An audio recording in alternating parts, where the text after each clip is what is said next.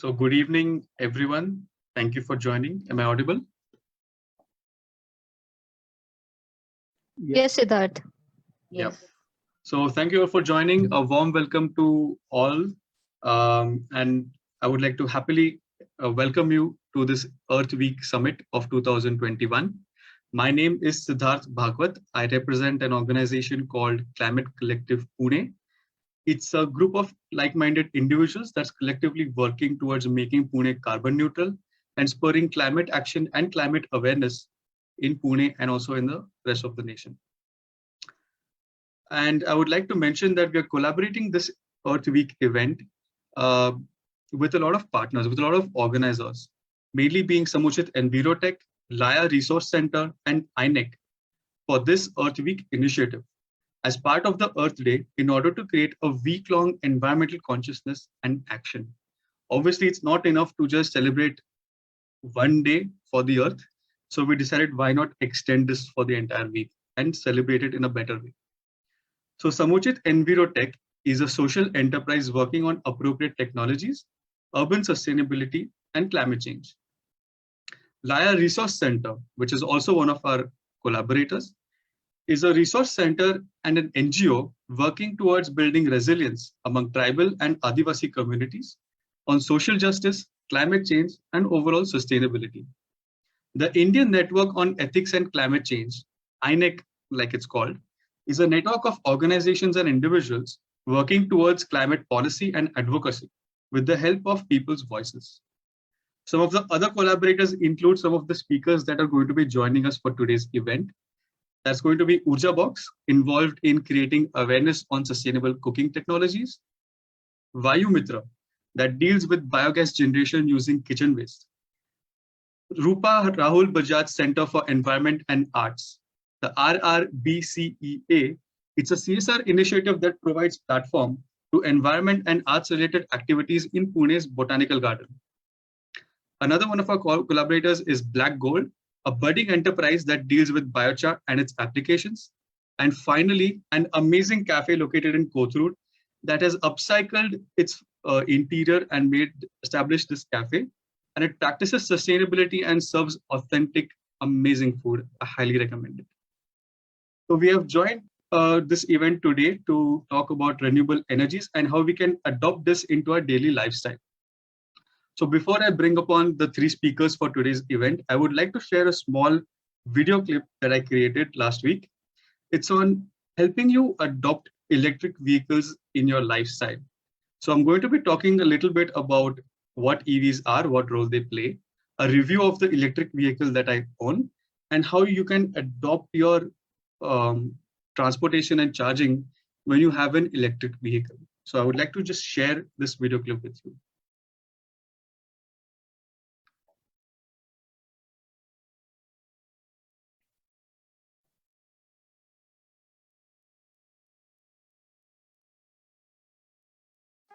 India is rapidly moving towards electric transportation. And just over a couple of months ago, I got the delivery of my electric scooter, the Ather 450X.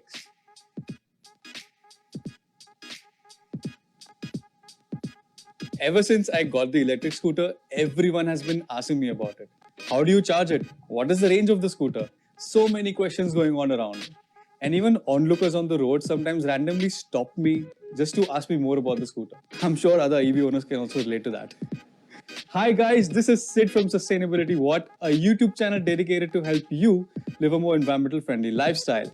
And in this video, I'm going to give you a glimpse of what it's like to live with electric vehicles and my experience with the Ather 450X so far.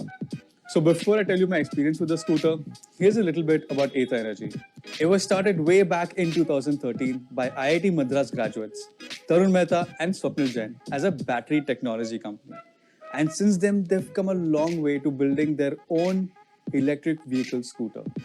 The Ather 450X is designed and built in India, and it's by far one of the most fastest scooters on the Indian market. That's how good it is. The Ather 450X has a battery capacity of just 2.91 kilowatt hours, with which you can go 85 kilometers on a single charge. That means in just about 3 units of electricity, you can go 85 kilometers. I mean, that's like 25 rupees for 85 kilometers. That's like nothing compared to the petrol powered scooters that we drive today, which cost us 200 rupees. Shit, dude.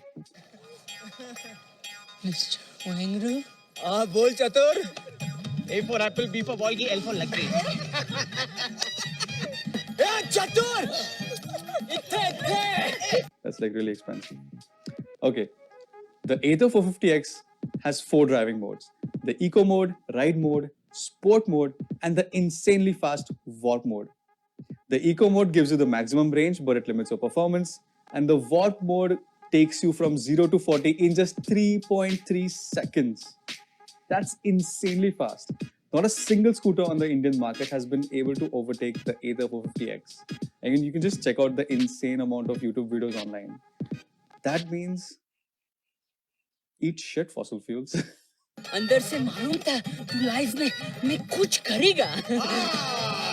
The Ather 450X is available in 3 colors: space gray, mint green, and white, and supports an aluminum chassis that makes it lightweight and strong at the same time. It's got telescopic suspensions in the front, monoshock suspensions at the back, and is supported with disc brakes both on the rear and front end of the vehicle. You know, one of the most interesting things I get asked about the scooter is how do you charge it and what if you run out of battery? I mean, that's one of the most stupid questions you can ask because you can even run out of petrol. I mean, battery कम हुआ है, ठीक है, अभी उसको charge करने का scooter को, इतना तो सेंस होगा ना. I mean, just to put it out there, any electric car, scooter, can be charged at a domestic plug point. Whether it's 5 or 16 amperes, you can charge it anywhere. To make life easier for charging, you can install a plug point right in your parking lot. That way, you can charge your vehicle at night when you're sleeping and get a full charged scooter every single day in the morning. Just imagine no need to go to petrol pumps, wait in line, pay 200 rupees, make sure he's actually filling 200 rupees worth of petrol. Itna kaun jhanjat karega? One of the best things I like about the electric scooter is it's got a 7-inch Android touchscreen on the dashboard. I mean, it's literally got like a built-in tablet into the scooter. And that enables you to get ride statistics on your phone via the Ather app, connect your phone to the scooter via Bluetooth, listen to music, take calls, do whatever you like on it. Thanks to the 4G SIM card that's built into the scooter, you can now use Google Maps and get directions directly from the dashboard. No need to stop and take out your phone and get directions and then whatever. But in case that is not possible, Ather Energy has installed fast chargers in cities where they are selling the electric scooter. And that can charge your scooter in about 45 minutes to 1 hour. And thanks to their new program, you can now fast charge your scooter at these places until September for free. Ather Energy currently has its presence in over 17 cities with over 120 fast charging stations. And as far as finance is concerned, the 450X, which is the highest model, costs somewhere around 1.6 lakhs. And the 450 Plus, which is the lower variant, costs somewhere in the ballpark of 1.4 lakhs. And according to my calculation, you get your payback within 2 to 3 years. I mean, just imagine what kind of change this is making. We're not looking at buying a scooter as an expense. We're looking at it as an investment. And that's the beauty of EVs. One of the most important points we need to take into consideration is that this entire transition from fossil fuels to using electric vehicles needs to be taken care of using renewable energy. All the charging that we do for our cars, buses, scooters, trucks in the future has to come from renewable power. Because at the end of the day, our end goal is to reduce pollution, global warming, and climate change. According to a study by WHO, 14 of the 20 most polluted cities in the world are in India. That just goes to show the gravity of the situation we are in. The concentration of GHG emissions in the atmosphere, the rising temperatures, and its impact on our society and our economy is very evident. It's not really about the future. It's about the decisions that we make now. Your next car or scooter would probably be electric. So no motor, no kick. Let's go electric. Thank you for watching. And if you like my Thank you all. I hope that gives you a good insight of how good EVs can be, and because we all have a misconception that, I mean, not a misconception, but previously it was the case that EVs would not go that far, or they would not be able to carry double seat, or slopes would give it problems. But that's not the case anymore. Technology is evolving, and we have a big hand to play here.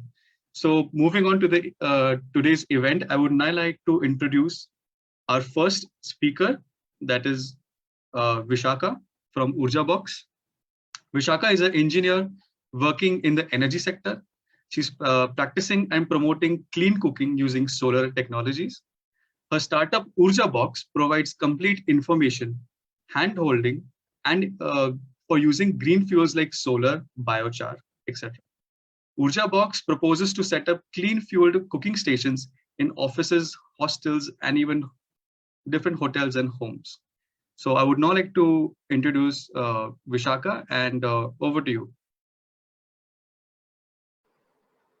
Thank you, Siddharth, for the wonderful video on electric vehicles. It was really heartening to know how easy it is to use electric vehicles. So thank you so much for the video and for the introduction. Good evening, everyone. Today, the subject is clean cooking, or cooking for climate. So I will just initially set some background about that.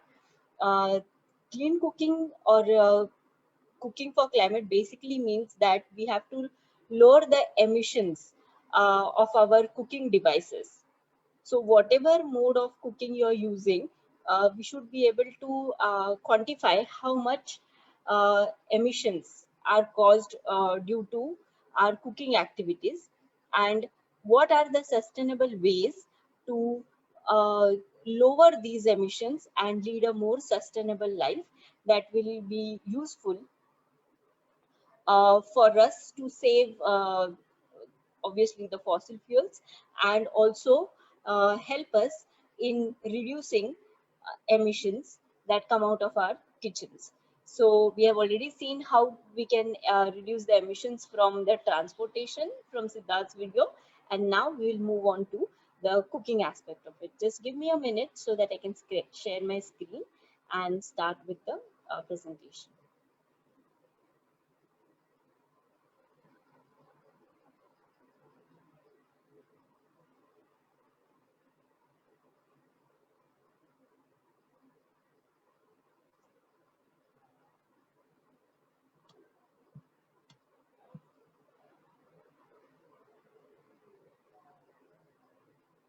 Right.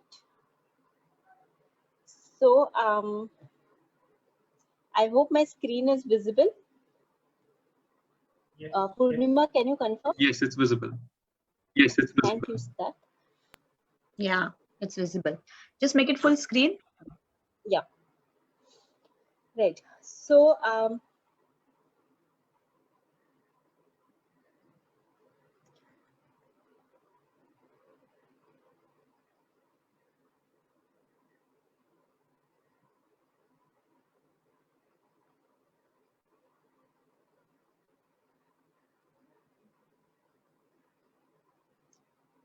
for some reason my screen is not moving.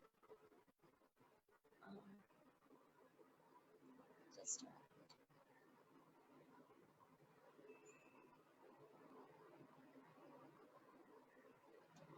okay, so I think I'll share this for a moment, and then I'll move to the full screen because there is some issue that my screen is getting freezed. Okay. So we all know about the Sustainable Development Goals that have been set up by the United Nations.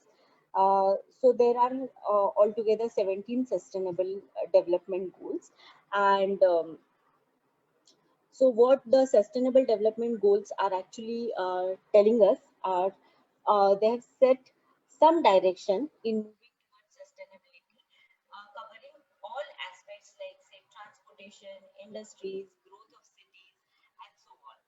Vishaka, your voice. I think you should come near the mic. Okay, is it audible now? You are audible, but not loud.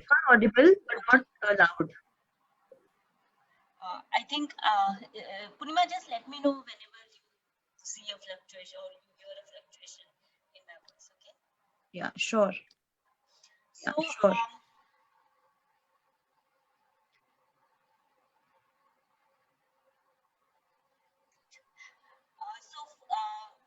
cooking, that is, we currently globally there are around 4 billion people who do not have access to cleaner sources of cooking.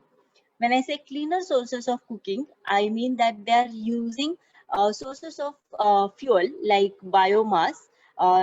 It can be in form of direct firewood, or it can be dung cakes, or they are using inefficient cook stoves.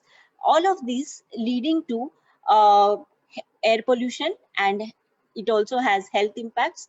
Plus, it also is a root cause for gender disparity.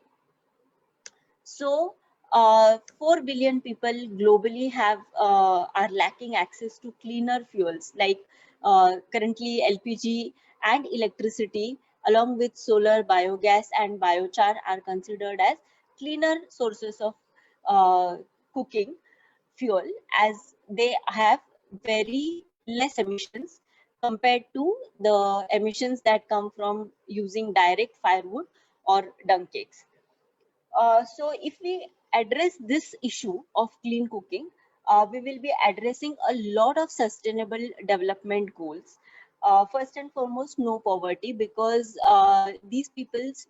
many people spend a lot of time collecting firewood, and due to which they are not able to channelize their time towards learning new skills or increasing their sources of income.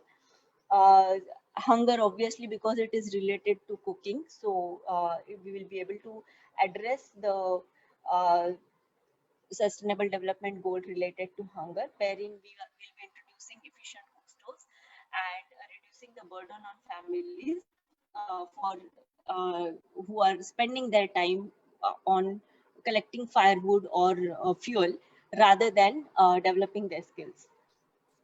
Good health and well-being, because indoor air pollution is one of the leading causes of deaths in rural areas. So obviously good health and well-being is one of the foremost reasons why we should be promoting clean cooking. Quality of education, obviously, because time availability will be there, people will be able to skill themselves, educate themselves, and so on. Gender equality, mainly the cooking related activities are always taken care of by women, and so they are the ones who have to go about collecting the firewood and cooking, and then they are exposed to the harmful emissions from the cook stove. So overall, gender equality is one leading cause why we should be promoting clean cooking. Sustainable Development Goal 7, which talks about access to clean energy to every individual. So whether we are living in urban areas, having access to whatever kind of fuel we are using, or we are living in rural areas, it's our right to get clean energy and have access to clean energy. Decent work and economic growth, yes, because once we have time to skill ourselves, educate ourselves, we can definitely look up to better work opportunities, which will bring in economic prosperity.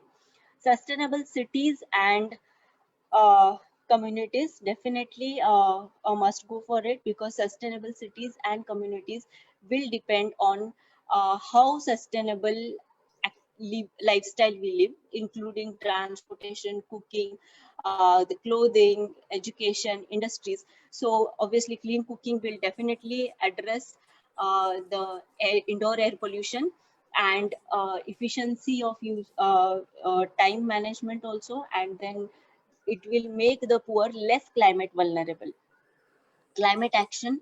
So as we can see what is mentioned on the report here, that up to 25% of black carbon emissions come from burning of solid fuels or for household energy needs. And clean cooking solutions address the most basic needs for the poor, right? So the more we address towards clean cooking actions, the more we are going to come closer to addressing climate change also. and we will be saving a lot of firewood. We will be also in turn trying to to save the green cover on the land, and forest degradation, deforestation obviously have a role uh, to for us to address in that. So these are the sustainable development goals which we can effectively achieve if we are addressing the clean cooking issue. Now, when we say clean cooking, then does it mean that it's only for the poor and everyone who has access to LPG or electricity should not care about clean cooking? So the answer is that LPG and electricity are not the cleanest source of fuels, as we know. Yes, they do not cause indoor air pollution, but they have source. They are the causes of source air pollution, or they have the industrial air pollution because the way they are generated. As we know that electricity generation is the greatest contributor to carbon emissions in urban areas, for urban areas. So therefore, wherever we have an opportunity, whoever has an opportunity to uh, uh, to adopt a cleanest sources of fuel for cooking, say solar is one of the cleanest source of cooking, solar thermal, because there are no batteries, no electricity required for it. It's a simple devices that absorbs free solar energy that is available to all of us, and we can get our meals cooked on it. Biochar, which completes the carbon cycle, and that is an important aspect when we are talking about bio waste management. Similarly, for biogas, as it's a very efficient source of bio waste management, and methane, otherwise which has the highest climate warming or the global warming potential of methane is very high, and we are kind of trying, once we flare methane in our for our cooking devices, then we are actually helping a lot of to address a lot of global warming issues also, with the emission of by reducing the emission of methane gas from the bio waste. So clean cooking is not just for the poor people who are using direct firewood, but it also is an aspect where everyone can contribute to it. Now, when we talk about cooking, what is cooking? We are talking today about cooking for climate. So when we are talking about cooking, it is actually a combination of the inner circle of things that we are saying, which is nutrition, tradition, temperature, fuels, the kind of stoves that we are using, and the cost related to it. So how do we select what we are going to cook today? So it is a combination of all of these things when we decide our daily meals or when we plan our daily meals. And depending on where you are, what is your tradition, what kind of fuels you have access to, what are the stoves that you're using, how much you can afford to spend on cooking, that is how we will decide our cooking. So when we choose each of these aspects, we have to look into we have to bring into the climate element to it. So when we are talking about nutrition, are we choosing more animal-based diet? Are we choosing more plant-based diet? Where are we sourcing our water from? Is it clean? How much and what is the water footprint of our cooking? Right? Is there a balance between plant diet and animal diet? So that will decide the climate element into our nutrition. Similarly, from the tradition point of view, are we eating seasonal, or just because we have the refrigeration technology, we want to eat everything throughout the year? Are we trying to eat more local food, or do we take pride in saying that we eat only exotic food materials? How much are we linking our traditional and occupational food? Because traditionally or historically, even occupation wise, the diet used to differ. So Are we linking our diet to that? Again, the temperatures, are we reheating our food all the time, and or are we trying to see that we let us conserve energy by reheating our food the minimum number of times? Is our refrigerator loaded all the time with lot of food, most of which kind of goes waste after a while? So how are we managing the temperature and the climate aspect of cooking? Similarly, fuels. Do we have access to a terrace where we can try and see whether we can use solar energy? Have we given a thought of considering using biogas? So fuels are one major area where we can address the climate change issue and see that our cooking emissions are reduced. It will bring in diversity in our fuels, which is one of the major parameters for sustainability. The more diverse sources you have, more diverse sources of food you have, more diverse sources of fuel you have, the more sustainable you will be. So I consider only LPG as fuel for us. Is it diverse? No, it's not. So that is how. Am I audible? I'm getting a message that your internet. Hello. No, no, we can hear you. Okay. Thank you. It's okay. And then You. yeah. Then we are talking about flame and It's okay. so we are talking about cooking stoves. Which kind of cooking stoves are there? Are they the most efficient ones? Can we consider having a more efficient cook stove for our cooking? And then obviously the economic aspect of it of cooking is there, where we are talking about the transportation. So the if you're using local food, the transportation emission will be less. If you're making simple dishes where you are trying to reduce the manpower cost or the raw material cost, how much quantity you're cooking, or is it that most of the times there is food waste in your house? So all of these aspects will consider how climate friendly your cooking is. So it is not just talking about stoves, or it is not just talking about the fuel that you're using, but in totality we maybe not knowingly, but we do consider all of these aspects while we are selecting our meals. Just that consciously we should try to bring in the climate aspect into it and see how climate friendly cooking is possible. Now, the next part of the presentation will be mainly about the cleaner source of cooking. That is, I'll be talking mainly about solar cooking, and then uh, then the next speaker will talk about biogas. Emissions from various fuel sources. I have just listed these from one of the reports, and you can see that biogas, coal, LPG, wood, and you can see that wood has the maximum number of emission value, and dung, followed by the dung cakes have the maximum number of emission points, and followed by wood. LPG, coal, and biogas has the least, but solar is not mentioned anywhere. Why? Because it is not being used as widely as it should have been used. So there lies an opportunity for all of us to consider solar cooking wherever and whenever possible, so that we are able to adopt the cleanest source of energy. Why? So we are a sun-blessed country. We get enough sunlight so that which we can utilize for cooking. Yes, there are some operational challenges, and we'll see how we can address those operational challenges for integrating solar energy into cooking.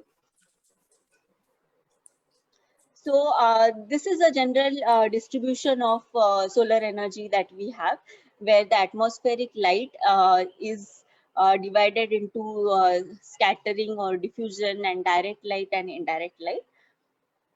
Seasonal variation, yes, that is, so if we consider today, we get around 78 rainy days, but as per my experience, around 200 to 230 days we get clear bright sunlight which we can utilize for cooking. Rest of the days there are partial cloudy days. But yes, we can use that sunlight also for cooking and heating at least, or the drying kind of activities. So as we know that solar energy has two components, thermal energy and electrical energy. And then the thermal energy obviously can be used for water heating, which again, water heating can be a part of your kitchen, where you can use the warm water and reduce your cooking time. Dryers and solar cookers, and solar electric energy can be used for photovoltaic cells. So maybe Siddharth's vehicle can be charged more on solar later on. So principles of solar cooking, mainly three principles: absorption, reflection, and vacuum. So for absorption, what happens is you capture the heat and you retain the heat, raise the temperature and cook. Reflection, you reflect the heat and concentrate the heat at one point. It can be a point focus or a line focus device. And vacuum is where you're capturing heat, you're retaining it for maximum efficiency.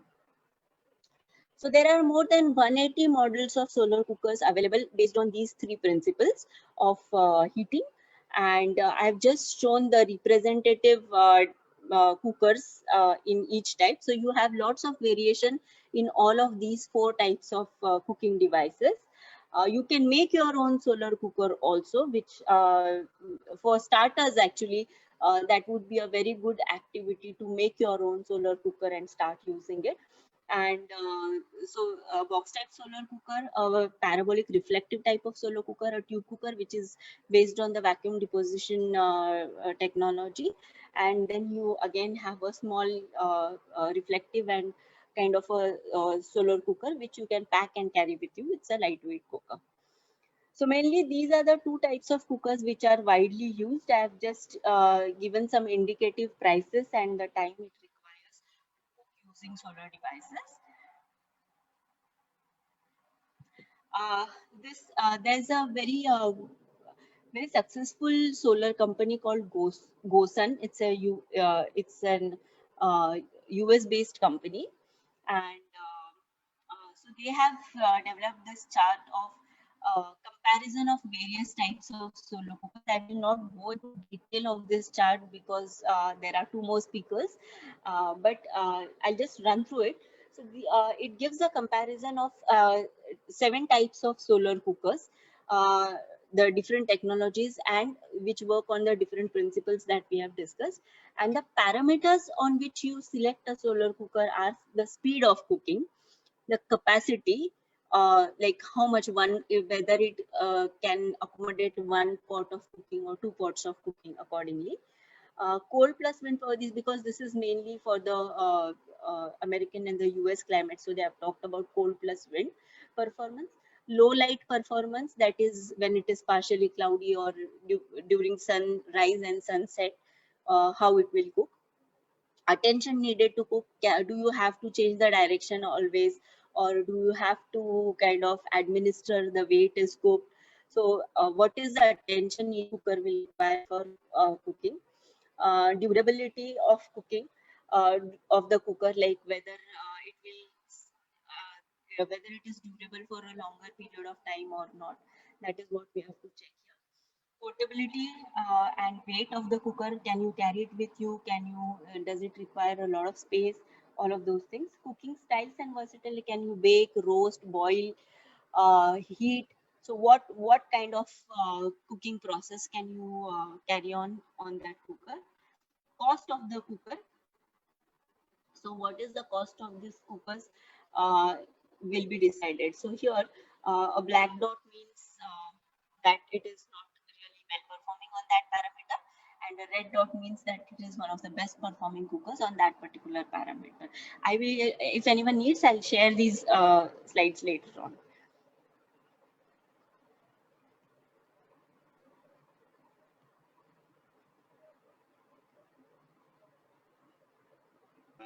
Sorry to interrupt you, Vishaka. You still have 1 more minute. If you would like to interrupt you, Vishaka, you still have 1 more minute. If you would like to you have 1 more minute if you would like to conclude your talk. Yes. I'm about to do that. Just give me 1 second.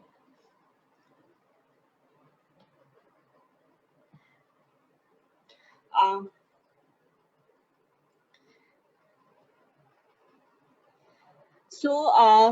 when we have to switch over to completely cleaner sources, we are talking about solar plus biochar, and we can talk about solar plus biogas. And the combination of these green fuels will help us to switch over to completely greener sources of fuels. I have given an indicative calculation of how much emissions can be saved per household, and if collectively we do, it will obviously be a very large number of savings that we can achieve from solo cooking. And I just have to share one small video about the steam cooker which works on biochar, because biochar will be discussed later on by uh, Isha, but I'll just show the device that utilizes that. So here we go.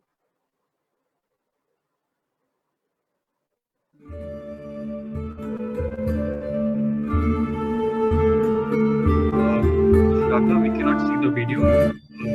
Shraddha, we cannot see the video. Yeah. Thank you. Yeah, thank you.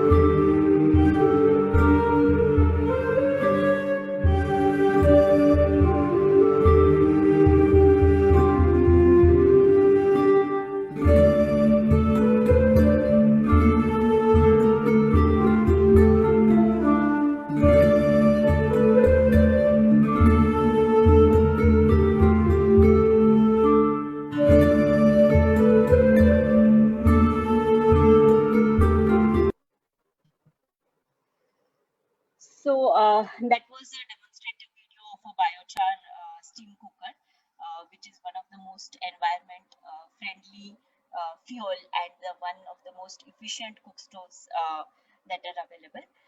With this, I end my talk about clean cooking and everything else. And we'll take the questions towards the end of the session. But thank you so much, and over to the next speaker.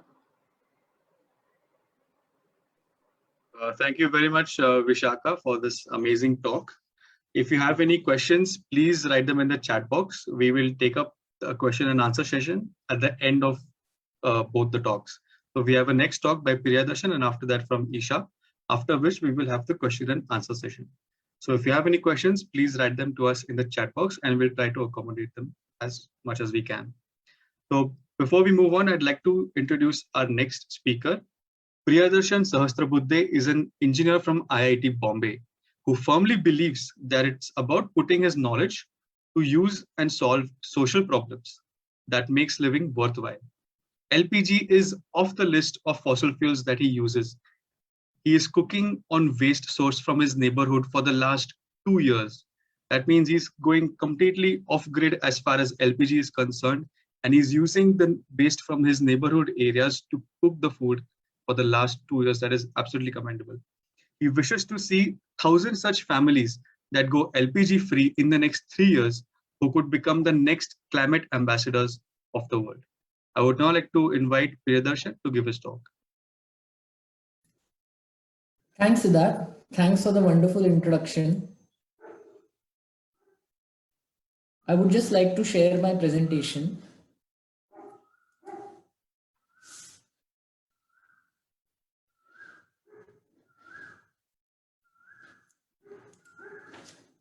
I'm trying to share my presentation. Just 1 second.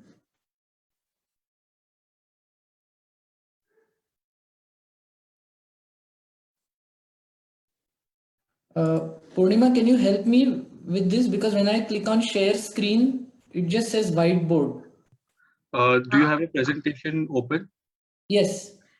You'll have to remove the slideshow mode, maybe. Yeah, just remove the slideshow mode, and then you can see and then try to share. You can see it in that window, share window. Okay, I'm not in slideshow mode. So maybe there are more windows. When you say share screen, you'll see more windows, something like that, and you can click in that.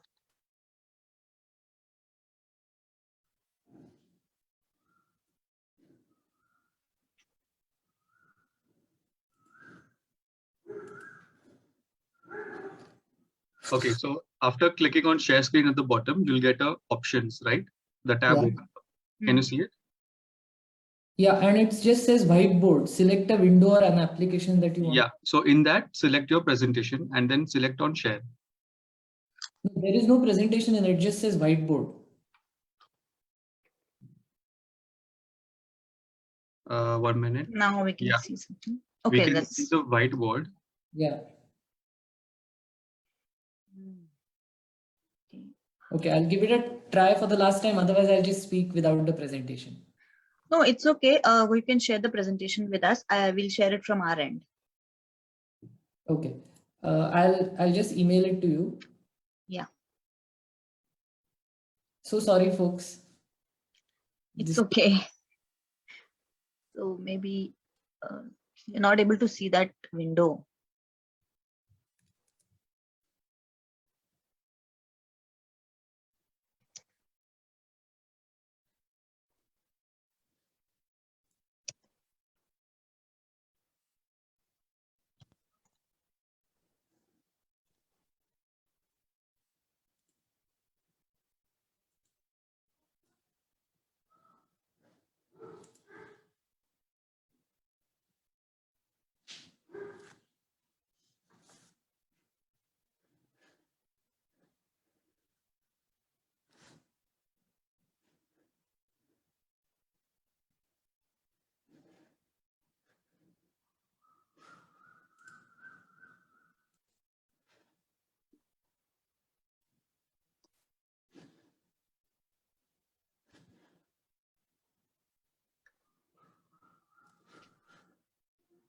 Did you mail it to us? Yeah, I'm mailing it. Yeah. Once you mail, just again check it out if you are able to share it. There are other options also, like in advanced version, advanced sharing thing. You should be able to see more options, or maybe in the same basic mode you can see it. Just check once again.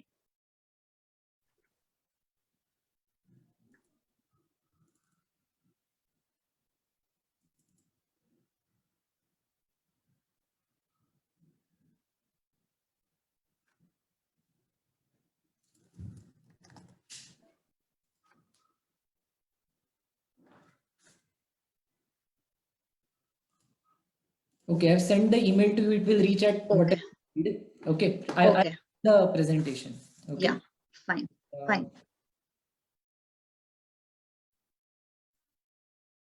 Okay.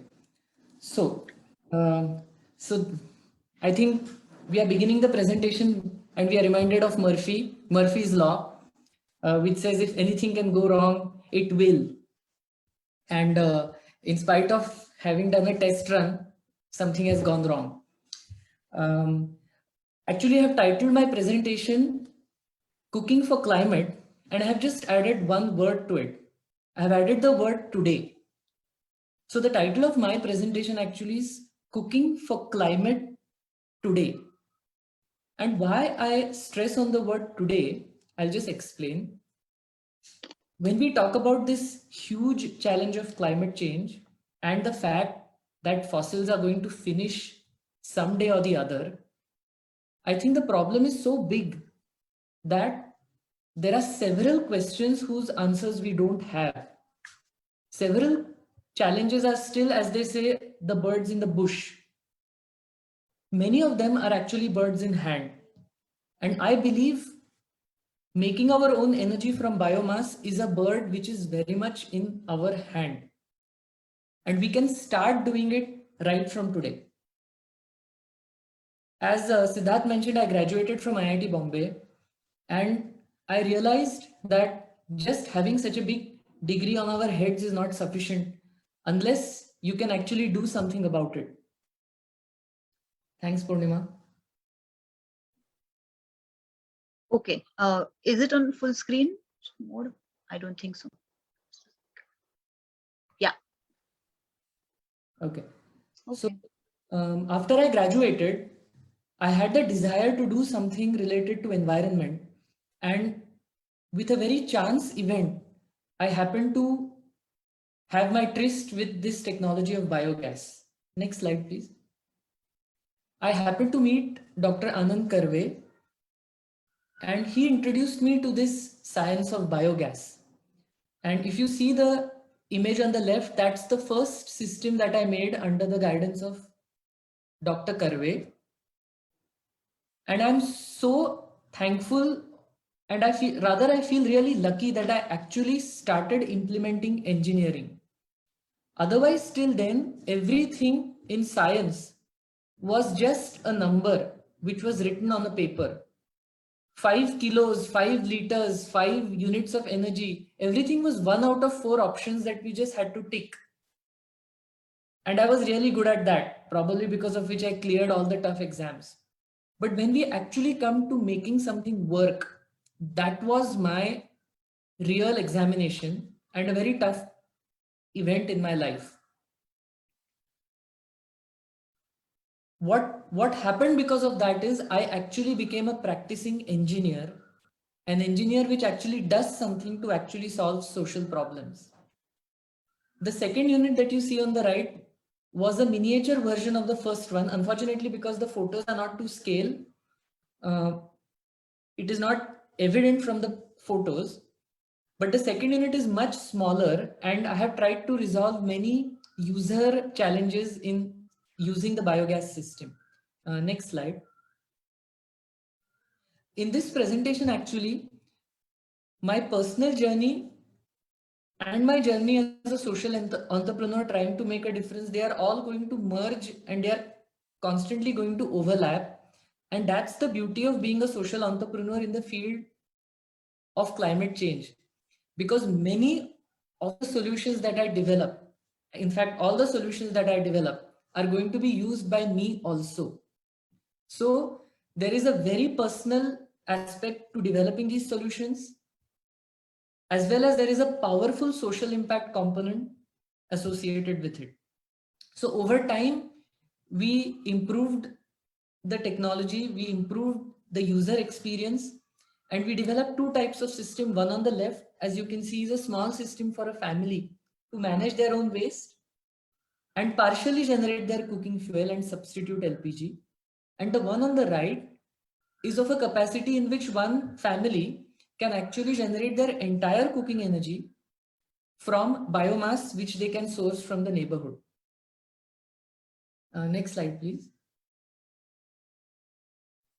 Yeah, we called it Vayu, and Vaya Nahi Vayu was our tagline, by which we meant that we can actually create Vayu, which is a cooking gas, from something which is today being wasted. Hence the tagline Vaya Nahi Vayu. Gradually, somewhere on the line, we decided that, I decided that this work was really amazing and I would like to do it full time as a profession. And somewhere along the journey, this remained just not a personal pursuit, but also became my profession. Next slide. So what is Vayu? It is a simple to use biogas solution.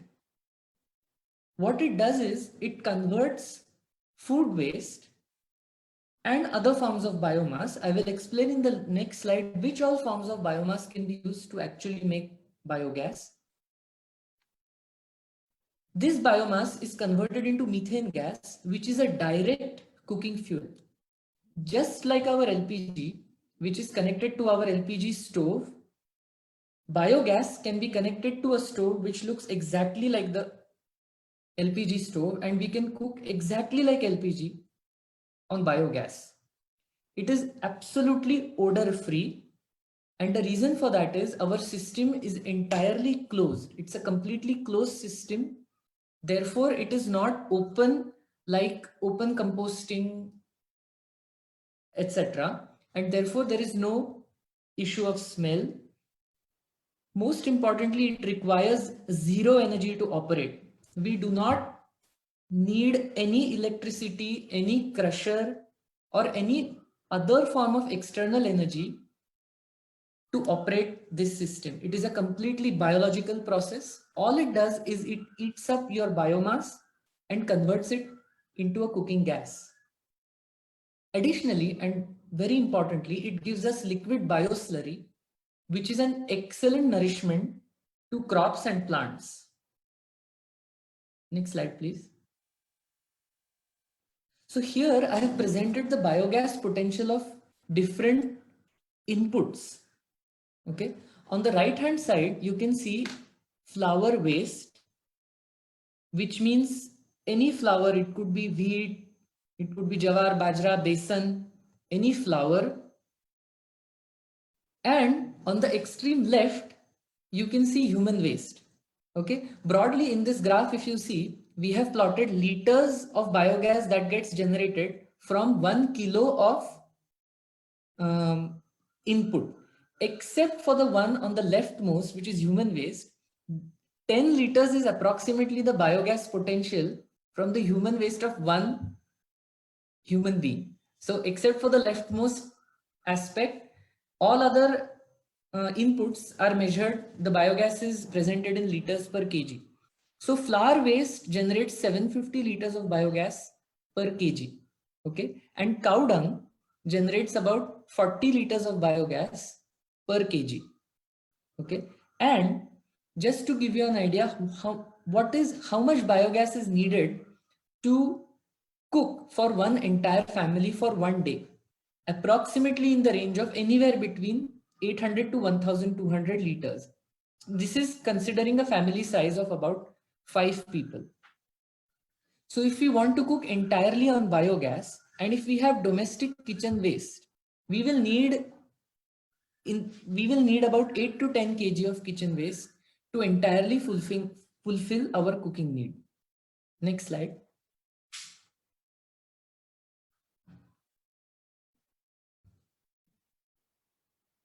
Okay, now I'll get back to my personal journey. This was my first system which I set up in my flat, where we used to manage. I used to live with colleagues. With roommates, and this is where I began. And we started managing our own waste. And through this, we used to generate anywhere between 15 to 20% of our cooking gas. Next slide. Yeah, somewhere along the way, I read this poem. If you're going to try, go all the way. Otherwise, don't even start. And these two lines actually got me thinking. And in fact, they inspired me to go all the way to be LPG free. And I took it up upon me that this is it. I know how biogas works. I know it sufficiently well. I just need to take a little more effort to actually go completely LPG free. And what we did was, next slide, in the same balcony where I had one digester, I put up 4 digesters. I had already asked my neighbors to give me their waste. And then I asked more people in my building, and I started managing the waste of about 10 families, 10 to 15 families in my balcony by managing these 4 digesters, because I wanted to be LPG free. That was a very powerful learning experience for me, because I realized it's not just about technology, but it's very much also about the social conversations that we have with the people in our neighborhood, and how to enroll them, how to generate cooperation between them to actually successfully implement a localized action. After seeing my efforts, I think we continued with this system of 4 digesters for 3-4 months. And after seeing my efforts, my society members themselves took the initiative and gave me space on our terrace. And the thought process behind that was the entire waste of the building is getting managed. And so we can allocate the common space, that is the terrace space, for setting up a slightly bigger system, which I will show, which is in the next slide. Yes, this system is on our 7th floor terrace. We have a 7-story building. I used to live there till end of March. And since this new lockdown, I have shifted back to my parents' home.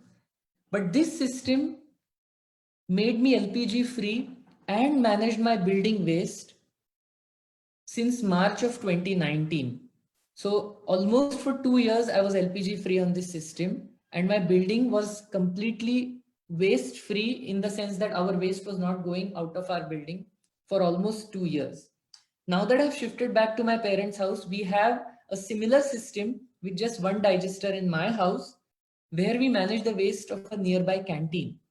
And very interestingly, right now, in the previous 10 days of lockdown, when that canteen was shut, all I had to do was have a conversation with the Swachhata Karmachari, who was collecting waste of nearby houses. And lockdown or no lockdown, I continued to get that waste, which continued to keep us LPG free even during this strict lockdown. Next slide, please.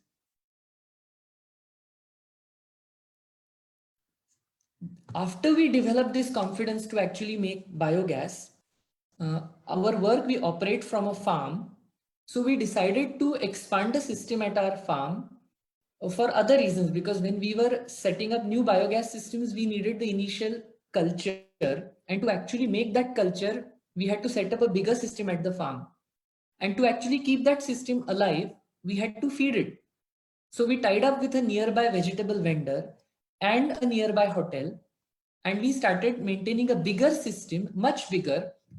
In the earlier photo, you had seen 2 digesters, about 20 such digesters. And what happened, because we were feeding it about anywhere between 50 to 80 kgs food waste per day just to maintain the culture, we were getting significantly surplus amount of gas. And then we didn't know what to do with it. We had no intentions of starting a food business or something, but we had no option but to use the gas wisely. So we started a cafe, and we decided to call it Cafe Climate. So Cafe Climate, since August 19, we are running it at the farm. it wouldn't be untrue if I said that this is the world's only cafe which does not use fossil fuel to cook. We cook on the waste of nearby hotels and vegetable vendors.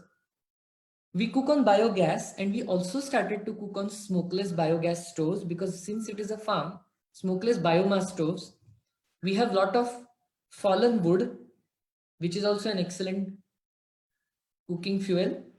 But with the smokeless variant, which is developed by Samujit, we are able to we are able to burn the wood clean in a clean way without creating smoke. And very soon, with Vishaka's help, we plan to add solar cooking recipes, both cooked directly on solar as well as solar dried. So I'm going to learn these things from Vishaka. Our next climate intervention is we want to grow as much food as possible at the farm and serve naturally grown fresh food, which is also cooked on a climate friendly fuel at the cafe. So that's the next entrepreneur venture that we wish to work on. Next slide, please.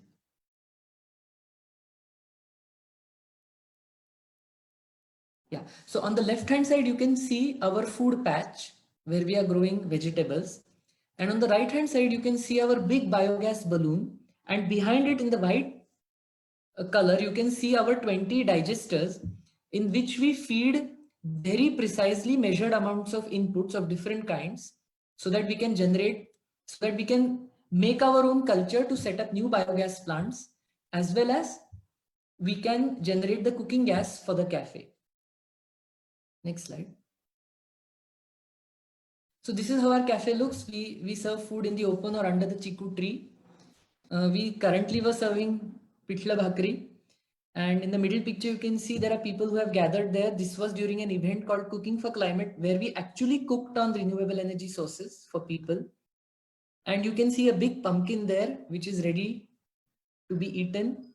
And on the right hand side below corner, you can see the smokeless biomass stove, which is developed by Samujit, by Priyadarshini Karve. Next slide. Yeah, so after having worked in this as a matter of passion, I realized that what we have developed is extremely valuable and we can actually offer it to other people also. And so I started asking my immediate family members, my friends, to set up Vayu. And after developing sufficient confidence that we can stand our own feet, we decided to register as a social enterprise. Actually, I like to call it a social impact enterprise because our enterprise is committed to creating the social impact, not just committed to being a business. So if we create social impact, we automatically survive in the big bad world financially. So we named our social enterprise Chakrakar Lifestyle Solutions. We purposely did not call it technology and lifestyle because what we want to work on is lifestyles of people like you and me and develop technology so that we can live sustainable lifestyles. We called it Chakrakar because everything in nature is Chakrakar. For example, if you look at our cafe, we take waste from neighbors, the slurry we use for our farm, the food that we grow at the farm is used to actually feed people at the cafe, and the energy that we make is also used for the same cafe. So these are the kind of Chakrakar systems we would like to bring to all of you so that all of us can together live sustainable lifestyles. Next slide, please. Yeah. So in what all variations do we have Vayu? The top photo is of a system which is put in a garden. This is for managing the food waste of one family. Given below is a typical biogas flame. It is exactly like LPG. Next. This is a system at BMCC College which we set up about 2.5 years ago on Environment Day. It is still very much functional except for the lockdown period. This manages the canteen waste of their girls' hostel canteen and supplies gas to the same canteen. So these are slightly bigger systems. Next. This is a system which we had an opportunity to set up in the ICER Kolkata canteen.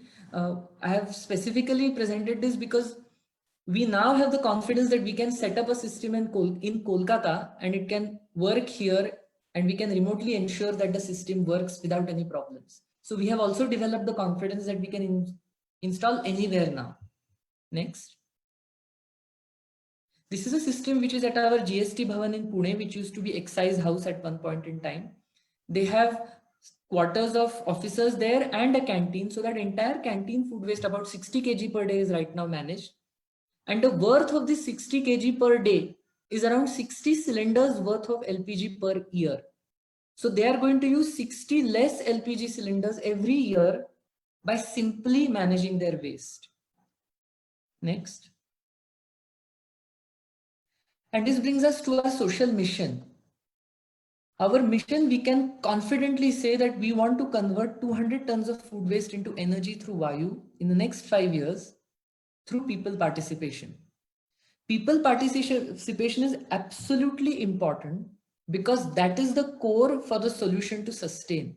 If we can give the value of this energy to the people locally, that's when the interests get locked and the system sustains. And our impact till date is about 230 installations. The climate impact is about 115 tons of fossil CO2 is being offset per year. The total waste managed right now is about 2.5 tons per day. And as I mentioned in our vision, we want to set up systems so that we can manage 200 tons per day. We want to go about 100 times more in terms of social impact in the next five years. And LPG saving per year is about 2,600 cylinders per year, all put together. Next.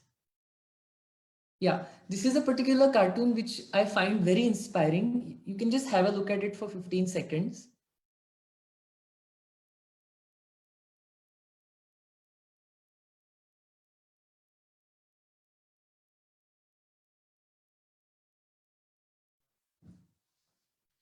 I find this cartoon very inspiring because it talks about the fact that do we live in such a way that we can share all the good things that we have? I think this principle I find very powerful because we are trying to live lives in such a way that we can't even share so many things which gives us happiness with others. Okay, and this actually inspired me to make a call for 1,000 such LPG free families who would actually become the ambassadors.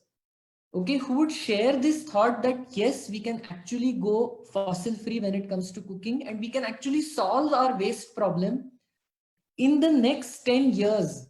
And we can say to each other that, hey, yes, there used to be a waste problem. Just the next slide, please. I have made a similar. So these LPG free ambassadors are the ones who will set up Vayu at their home, and they will inspire people around them to actually set one up and go LPG free, and not just that, manage waste simultaneously. So if you are keen on becoming such an ambassador, please reach out to us. I will share the numbers in the slide coming next. Next. So if you want to go climate friendly for cooking at your home or in your housing society, at your canteen, in your institution, if you run a company where you have a canteen, if you have a hotel or a restaurant where you are generating waste and it's just going out right now, if you would like to be a climate cooking ambassador, please reach out to us. I'm sharing our numbers on the right hand side, and we'll figure it out and we'll make it happen for you. Not 10 years from now, we'll make it happen today. Next slide. And here's a call for action. This is a call for cooking for climate and solving for waste with dignity. Thank you so much for listening out to me. Priya, Purnima, if you can just go to the previous slide if some people want to note down the numbers. Thank you very much. And I hand over to the next speaker. Thank you, Priyadarshan. That was a brilliant talk. I don't know how many of us actually think of our food waste actually being part of the solution to solve climate change and global warming. We always think of fossil fuels or planting trees, but when was the last time we actually thought of food waste when we drop it in the bin? One day it will actually power our kitchen to cook food. So this was an excellent, very inspiring talk. Thank you so much for sharing it.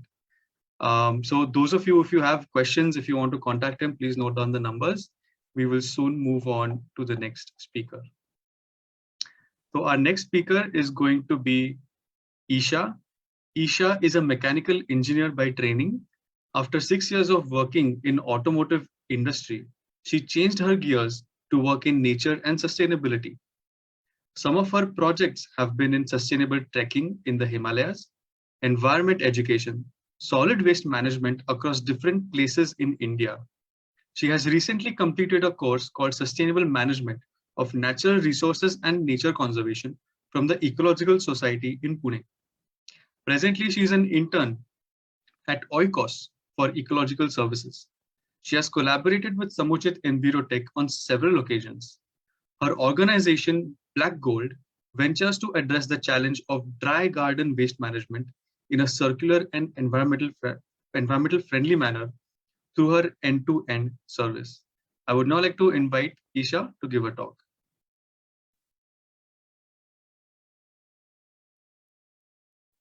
Isha, you're mute.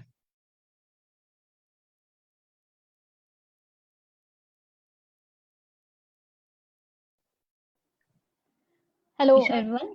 Yes. Thank you, Siddharth. And I'll share my presentation. Right, I hope it is visible.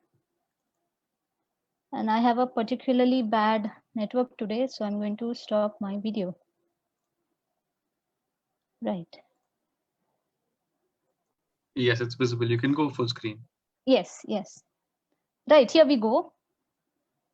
So we are a tropical country and have a very long 8 months of Patjhad or fall season from October through May. These pictures are from my backyard, and I look at the immensity, the volume of the leaves that just one tree sheds.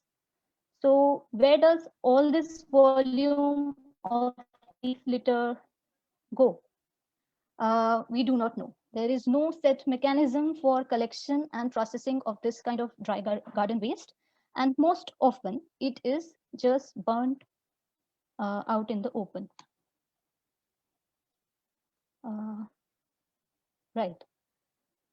So almost always burnt in the open, it causes pollution because we do not have any control on the airflow in these heaps. It is a very easy option because the waste gets collected every day.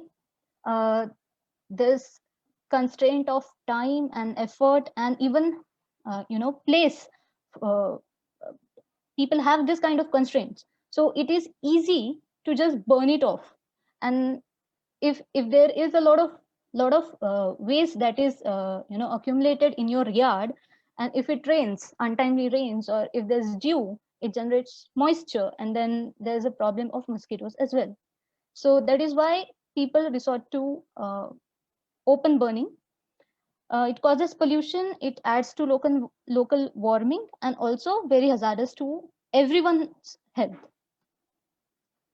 So we thought, why not address this challenge of dry waste management through an end-to-end service? So Dr. Priyadarshini Karve has designed this very special kiln, which ensures that there is right supply of air while this gets gasified, so that it is smokeless. So I'll play this video and you can see how clean is the flame. Minimal or no smoke at all. So this is a very specialized solution. It is circular in manner, as Vishakha mentioned, the video which we saw. By the biochar which we get at the end of the process can be made into briquettes and used for cooking. So it also provides alternative fuel for cooking, and it is a carbon negative technique. So I'll be explaining about these aspects on following slides. So this is a quick view of the biocharring process. There's leafy biomass, there's twigs and branches, and we have also processed coconut branches or zaya and coconut shells. We segregate them because a lot of them are, not dried properly or mixed with plastic. We have to chop twigs and branches so that they fit the kiln. So after you load the kiln, there's gasification. Gasification happens at about 350 to 400 degrees Celsius. After that, you get biochar. You have to quench that and dry it. So this is how it looks on the right. This is powdered biochar from leafy biomass. It is very porous, an excellent addition for soil mix. And this is a chunks of biochar, which we get from the denser kind of biomass, twigs and branches.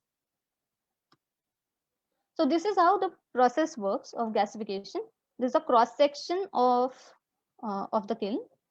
So at the bottom here, there are holes, which are the source of primary air. The air rises upwards, and from the side and top, there's secondary air which is supplied.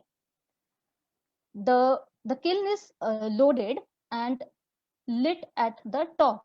So there is top layer which is kind of burning, and you see a flame. Now this flame or this heat separates the carbon and the volatile organic compounds that are in any biomass. So volatile organic compounds are gases and they rise above as any gas would do. And unless they are flared, they will cause pollution. For example, methane, which Vishakha mentioned, unless it is flared, it causes pollution. And same is the case with LPG. Because we use it for cooking with a flame, it does not cause pollution. Else, if it is not lit, it will cause indoor air pollution as well as a potential fire hazard. So this volatile organic compounds have to be flared, and they do not create, this flaring does not create any kind of pollution. So as the carbon content and volatile organic compounds are separated, layer by layer, only the top layer is lit. At the end, what we get is pure carbon or biochar. So let us look at how this is carbon negative, as I had mentioned earlier. So carbon is an essential component in all of the organic things, including us, the plants, animals, everyone. And it exists in different forms in each of these components. For example, carbon exists in the form of carbon dioxide in atmosphere and glucose in plants. So there is this natural carbon cycle like the hydrological cycle, which is continuously at work. And there are two kinds of carbon cycle. One is atmosphere to land, the other one is ocean to atmosphere. So we look at only the land and atmosphere here. So through photosynthesis, and all of us know this equation of photosynthesis, in the presence of sunlight, plants take up the carbon dioxide from atmosphere and water. So in presence of sunlight and water, they make glucose, and oxygen is let out in the atmosphere as a byproduct. So the point to note here is carbon dioxide is taken if carbon dioxide is taken from the atmosphere by plants. Now there's one example which I'll continue for next 3-4 slides for a better understanding of this concept. So if there are 100 carbon dioxide molecules and there are 100 water molecules, we get 16 glucose molecules, as in the plants generate 16 glucose molecules, and 100 atoms of oxygen are let out. So this is how the photosynthesis is operating. But when this plant dies, all of the carbon is again emitted back in the atmosphere as carbon dioxide. Not emitted, it goes back because the plant is dead, and then gets utilized by other plants in photosynthesis. So carbon dioxide was taken in and given out. So this is how mulching and composting, this is the principle for mulching and composting. Now biochar is a step ahead because in the process, we are taking 100 carbon dioxide molecules in but letting only 70 go out as against composting, which lets all of the carbon go out. So that is why this is a carbon negative technique and very much a important tool for battle against climate change. So 30 carbon dioxide molecules are prevented from forming by retaining those 30 atoms back. So what can we do with this biochar? So biochar is a very porous material. When you add it to soil as a soil mix, it uh, it helps increase water retention capacity of the soil. It also hosts beneficial microbes, so soil fertility improves. Then the briquettes from biochar can be used for cooking as well as barbecue. And biochar is an excellent deodorizer, as in it absorbs organic compounds in the air. So you can use it in the toilets or in the wardrobes or refrigerator or shoe racks. So it will absorb all the organic compounds in the air. So helps in indoor air pollution, tackling indoor air pollution. So along with the service, we also have these products, that is powder biochar for soil mix, deodorizer pouches, and biochar chunks and briquettes in a few months for barbecue and cooking. So biochar works best at decentralized level, because if you have to collect a lot of dry garden waste at one place, that is the centralization, the emissions in collection and transporting of all this waste will surpass what we save from biocharing. And we have to ensure that it is really dry, otherwise any amount of moisture in the biomass will lead to smoke, generation of smoke. So our approach, we try to tell people that we are not against composting, but in the interest of time and effort and space, biocharing is a step ahead, as well as for climate. But integrated approach is the best. We can do mulching, composting, and biocharing, all three. So we conduct demos at demonstration at your site, where people get to see the process. And then we also have these presentations which explains all the principles and the technicalities behind it. Because of COVID, or if you are scattered, if your group is scattered across places, we can also have webinars. We do a site visit before we can chalk out a plan for service at your place. So this is the framework. Yes, that is all from us. And there's my friend Ravi, who is in the audience, actually had this idea to extend this service in the city. So Ravi, maybe you can say hi in the chat box or something. And if you have questions, we will be happy to answer. Thank you. Thank you very much, Isha, for this amazing talk on biochar. We would now move on to the question and answer session. So I would now like to invite Kedar, who is going to be conducting this session. So any questions you have for our first speaker, Vishakha, Priyadarshan, or Isha, please write them down. Kedar will take it up and conduct this session. Over to you.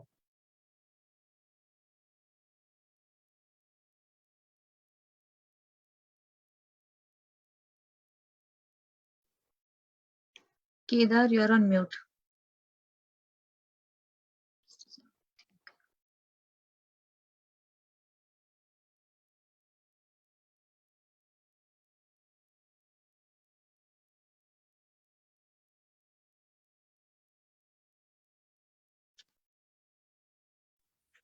Yes. Thank you, Sid, for hosting the session, and thank you very much to all the three speakers for introducing a range of sustainable cooking options today. I'm Kedar, and I am associated with the Rupa Rahul Bajaj Center for Environment and Art. We are situated at the Empress Garden in Pune, and we are under the aegis of the Agri-Horticultural Society of Western India And at the center, what we do is we do a range of outreach programs in the environment, related to the environment, to nature, and also with related to arts. And we also provide the space.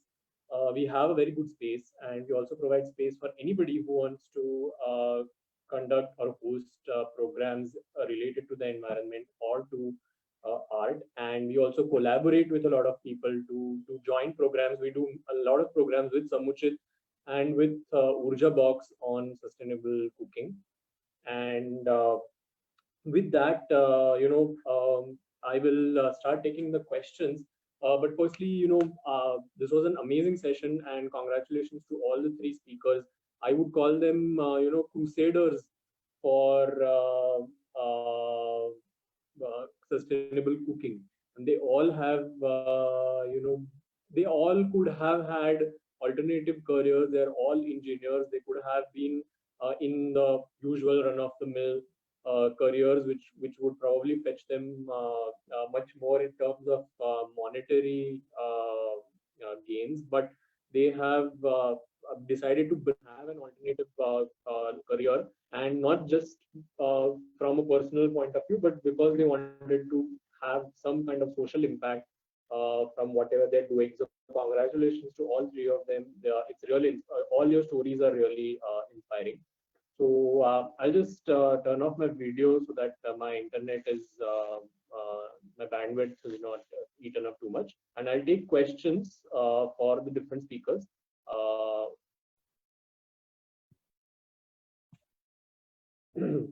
So the first question, we have a lot of questions to Priyadarshan.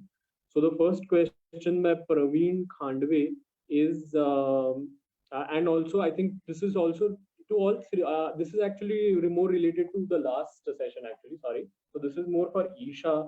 So using biomass for making pellets is a good option. Where will we get a small machine for this? Right. I think Samuchit is best to answer this. Otherwise, Samuchit, as well as we will have briquettes, for sale. Yeah, maybe Priya ma'am, or Yeah, maybe she can. maybe Purnima, you could also answer. Yeah.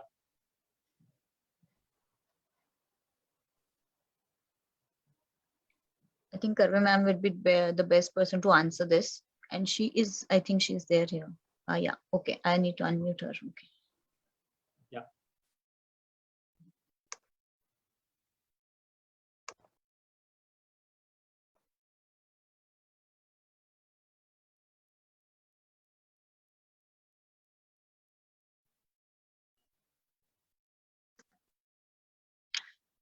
Okay, hello everyone. I'm sorry I was in a bit late. I think this question is about biomass briquetting, which is not what we are advocating here, because it doesn't make sense for garden waste on the scale that we are talking about. Biomass briquetting is a viable option only if you have tons of waste to process, which is not the case here. Here the discussion is focused on dealing with waste that is generated around you within your compound. For that, it is much more easier to go for charring and then briquetting the char rather than going for biomass briquetting. Thank you, Karve ma'am. Next question is for Priyadarshan. Veena Patil asks, can we take breaks in biogas production when we go on holidays? Yes, we can. Absolutely. And good thing we can take breaks because the bacterial culture is very, very strong. Rather, katak, the Marathi word is katak. They can stay long periods without food. But when you go on a vacation, you're not even going to feed. So gas generation is not going to be there. And when you come back, you can start feeding gradually again, depending on how long a break have you gone for. So we don't need to renew the culture even if you go out for 3 months. Okay. She also asks, how often do you have to remove the slurry? Okay. we need to remove the slurry around once a week. And depending on what capacity plant you have set up, the amount of slurry will vary. It's not much though. I mean, it's a very strong culture, so you can dilute that and then give it to your garden. Okay. Thanks. Next question. There are several questions to you, Priyadarshan, so I think just be there. The next question by Abhay is, can you install at a farmhouse? Yes, we can definitely install at a farmhouse, and two, three inputs can be used. Some of your farm produce can go as input. Okay, if you have animals, if you have cattle at your farm, the dung of the cattle can go, and we can set up your sewage biogas system. The toilet that we have at the farm, that can be connected to a biogas. So we can definitely put it up at the farm, and how to actually use it will depend on how often you go to the farm, etc. And we can figure that out at actuals. But we have several farmhouse installations. Great. Next question is by Vitthal Pawar. What to add and not to add into a biogas digester? Okay. So basically, anything which is non-biodegradable is a no. Okay. So that is the easy part of the answer. And the organic material which we don't add is actually anything which is woody in nature. Say for example, so wood will not go. Then coconut shells and coconut hair will not go, and dried leaves. So dried leaves have a very low biogas potential. So we generally do not recommend adding dried leaves to biogas. So these are broadly the organic materials which we do not use as an input to biogas. Okay.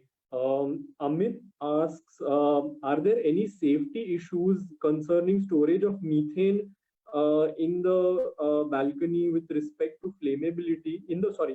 With respect to storage of methane in the balloon with respect to flammability, are there smaller versions for space-starved flats where space is an issue? So okay. Okay, so with regard to the safety, basically its fundamental safety is in the fact that it is at a very low pressure. Our balloons are sitting at near atmospheric pressure. So that is one part. And the second part is that because there is overall very less amount of methane in the balloon. So for example, if you have a 1,000-liter balloon, you only have about 350 grams of methane sitting at atmospheric pressure. So even if there is a puncture or something, it is not going to blast or immediately combust like an LPG. Secondly, methane being lighter than air, it doesn't tend to float below like LPG. It tends to float upwards. So its fundamental simplicity is the reason for its safety.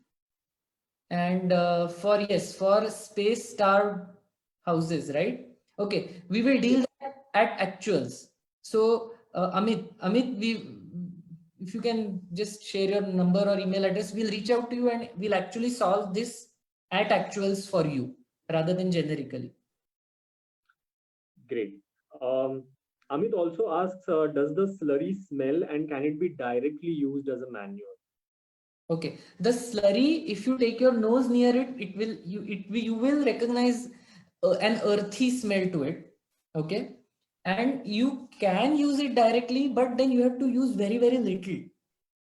Okay, but we would generally recommend that you dilute it, you just add a little bit of water and then give it to your plant. Or you put it at the plant, on the soil, and then you add a little bit of water.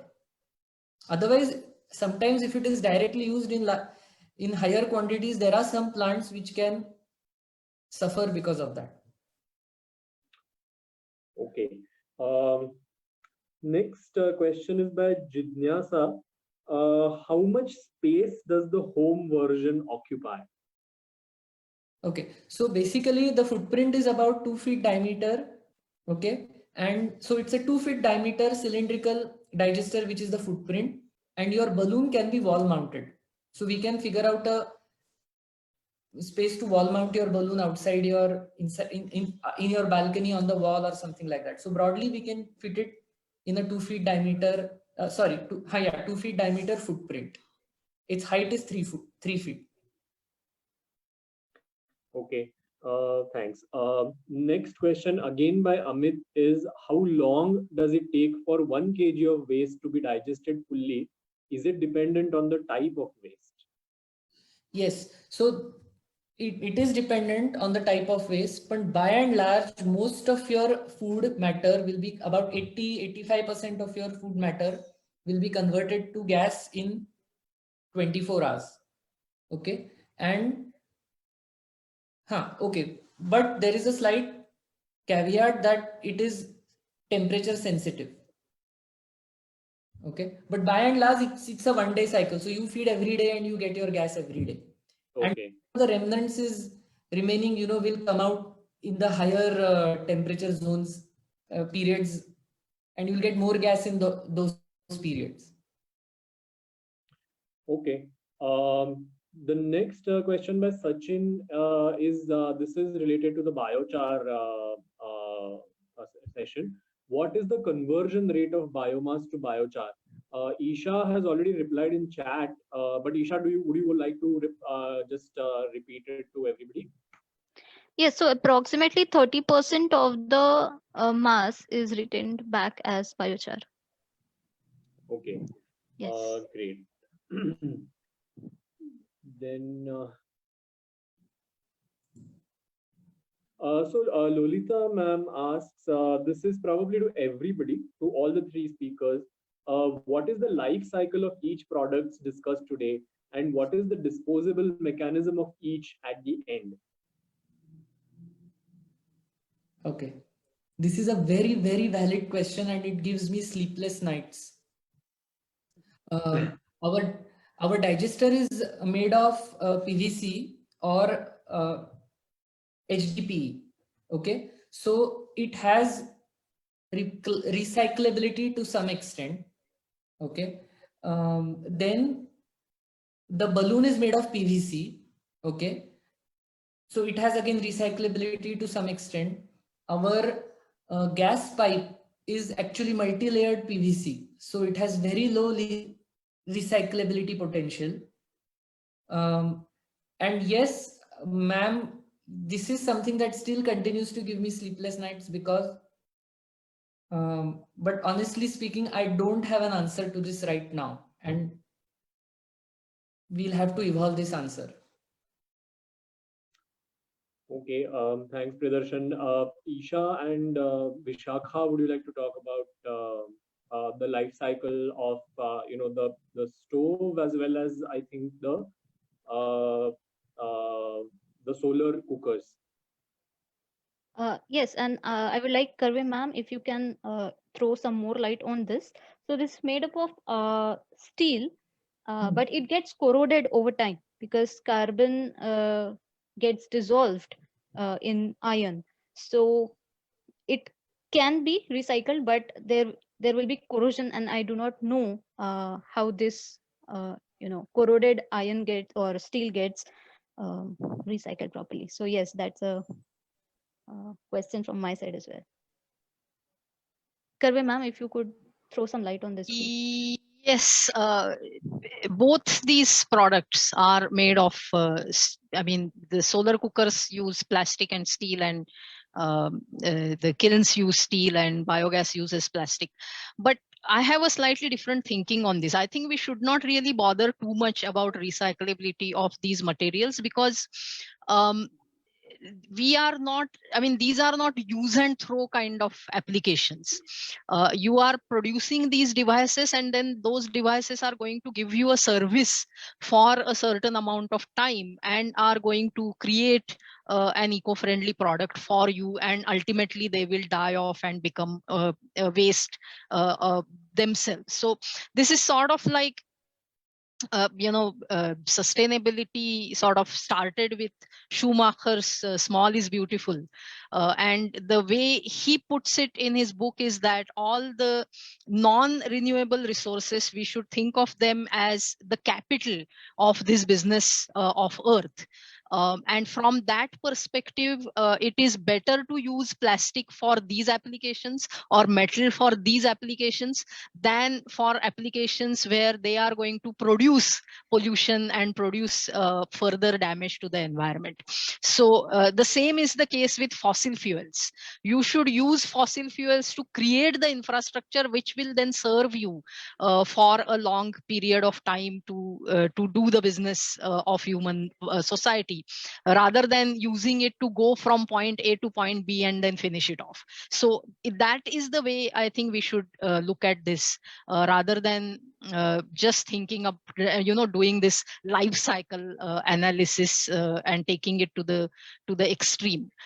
There has to be a sort of a middle way, according to me. But Vishakha can talk a bit more about solar cookers and their life cycle. Thank you, Priyam. Yes, I agree with your view that especially with solar cookers, I have known families which have used solar cookers for more than 30-40 years, which is like they have outlived one cooking generation actually. So the durability and the longevity of the material is what it makes it more sustainable, I would say. And in terms of solar cooker, mainly 80% of the material is metal and glass, which is all recyclable and reusable. Some parts where plastic and rubber is used, it is nearly about 20%, which I'm not yet sure if that can be recycled or not. So that is about the solar cookers. And the steam cooker is stainless steel, that also lasts fairly long time. There is only one part which needs to be replaced, that's going to be burned off, similar to the kiln. So the kiln also essentially it just burns off rather than becoming a waste that is going to create any hazard for anyone. I mean, we just have to live with that. We are working on strategies to increase the life of the kiln, and hopefully that will, even on paper, that will make it look better. But ultimately, I don't think that's a huge big consideration. Great. Thank you so much, all of you. And thanks to Lolita ma'am for triggering this discussion with your question. Next question for Priyadarshan. This is by Vithal Pawar. He's saying that I made a biogas at home. It has been a month now, but it is not catching fire. I just lost you. Yeah. Made a biogas at home and Kedar, just repeat the question. Okay, sorry, I'll just repeat. At home, I directly connected to the pipe to the tube. It has been a month, but it is not catching fire. Well, there are multiple algorithms that we need to work on. Whether basically gas generation has started, what was the initial inoculum that you used, and also you're mentioning that there is no storage. So I'm actually concerned what will happen to the gas if you don't have a storage. But the fact that it is not burned, most likely the bacterial activity has not yet started. So burnable methane has not yet been generated. That could be the most likely reason. Right. You could, I mean, this is to Mr. Vithal Pawar. You could contact Priyadarshan. He's given his contacts, and if there are particular problems, you could discuss it in detail probably with him. Sure.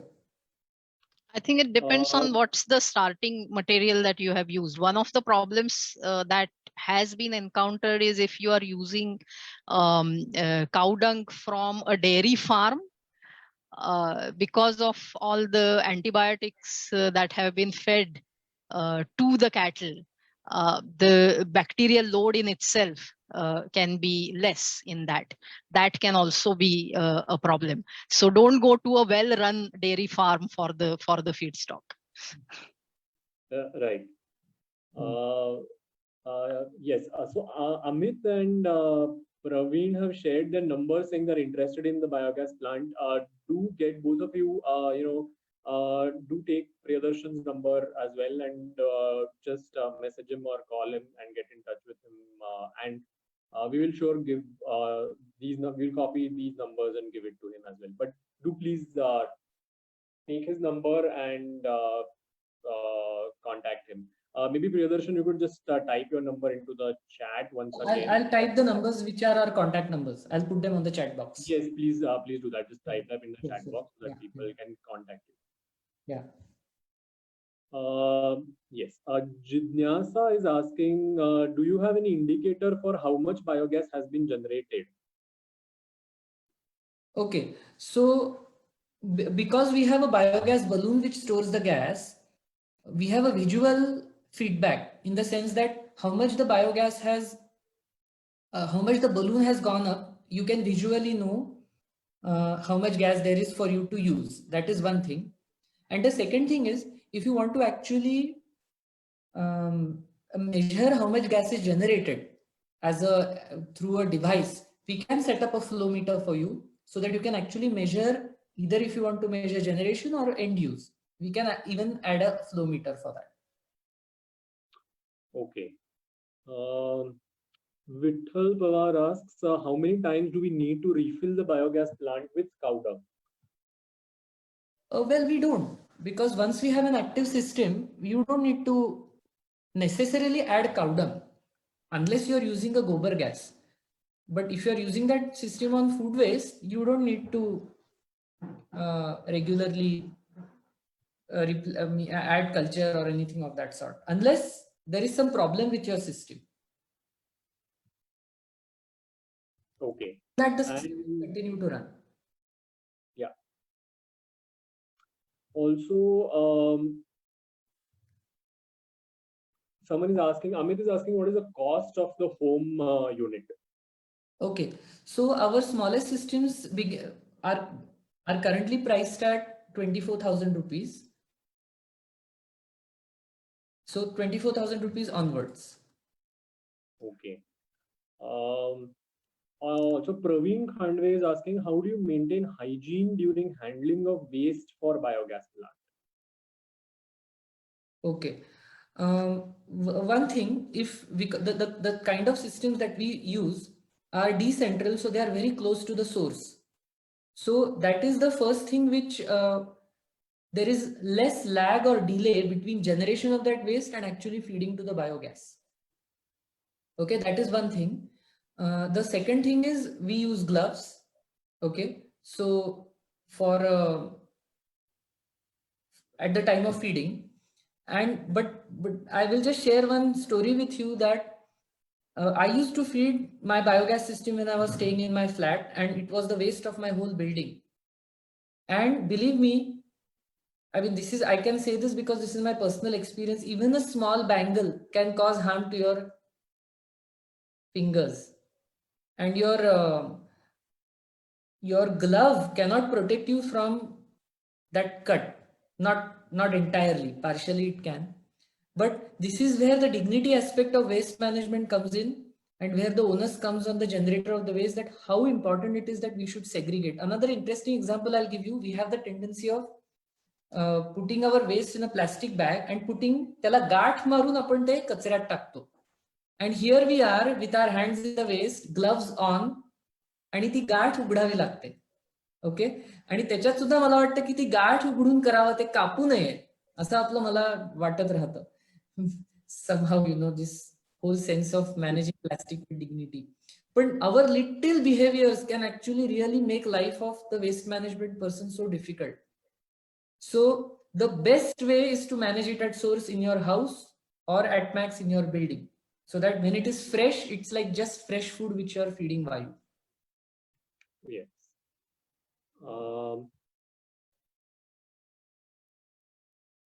Also, Veena Patel has asked, can we use the same stove as the LPG stove? Well, you can, if you have an extra one, we'll modify it for you for it to function on biogas. But once we modify it for biogas, you cannot use it back for LPG unless it is again modified back to LPG. So at a time, you can use it either for biogas or for LPG, not for both together. What we can also do is, if you have a double burner stove, we can modify one of those stoves to operate on biogas. That is possible. Right. Yes, and Veena also asks, if you have more biogas than we are using, then what do we do? Okay, very good question. दाणे भाजा, दुष्काळी कामं करा. But if you're even above that, go just say hello to your neighbor and we'll pipe the gas to your neighbor. अंघोळीचं पाणी तापवा. I have been doing that and I saved a lot of electricity doing that when I was living in the flat. So that electric heater I had almost eliminated. So, but if you're consistently generating more gas than you need, then here's an opportunity to pipe it to your neighbor.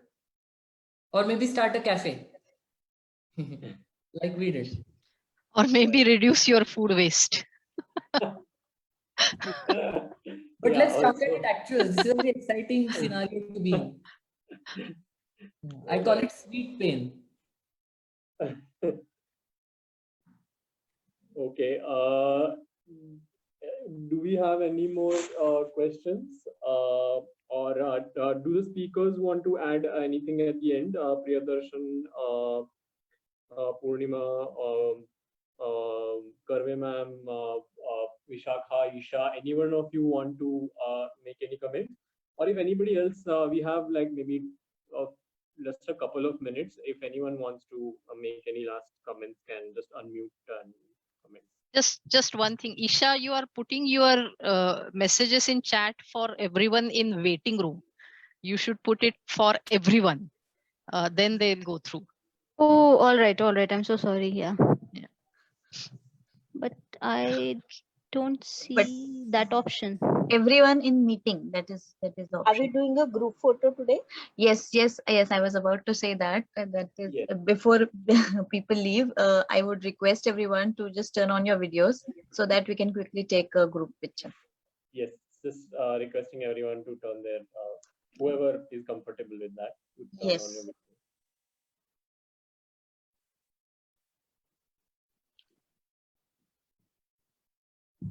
Just give me minutes so that I can take the screenshot.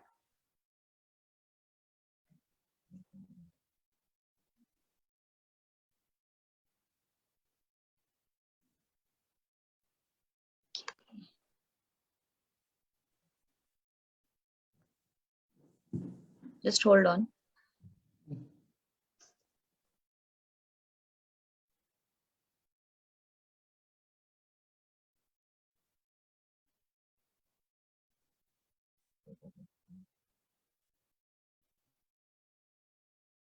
So I've got one picture. I'll just take one more. All the contacts have been shared in the chat. So please go. You can go to the chat and note down thank all you. the contacts. Thank you, everyone. Thanks, Purnima. Thank you, everyone. Thanks, all the speakers, and thanks to the audience for such a great turnout, as well as all the questions. And Purnima, if you want to close with something about tomorrow's session or something, you can do that, and we can close.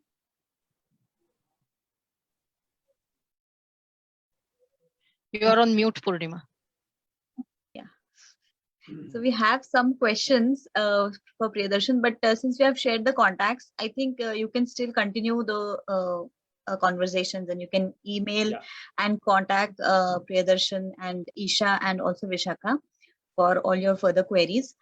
Plus this, we have recorded this session. It is also there, is streaming live on our page, Citizens of Sustainable City. You can check out this page and also share the streaming, the video. For whoever has missed the earlier sessions, and plus we are there on other social media handles also. So I've pasted all the links in the chat box, the WhatsApp group, then Facebook, Twitter, Instagram. all the links have been posted there. We are also there on Telegram and Signal. So in case if anybody wants to join us there, you can also do that. Since this is a week-long summit, tomorrow we'll be having a session on sustainable water management by Colonel Darvi. So we'll get to know about what is rainwater, how rainwater harvesting can be done, and a short session by Priyadarshan on wastewater management. So you can use the same link. You don't need to register again. So same link and same time. So see you all there tomorrow as well. Okay, then. I think we can close the session. Yes. Thanks a lot. Thank you, everyone. Thank you, all the speakers. Thank you all. Thank you the all. audience. Thank you, everyone. Thank you so much. See you all tomorrow. Yes. Yes. Bye. Good night. Good night.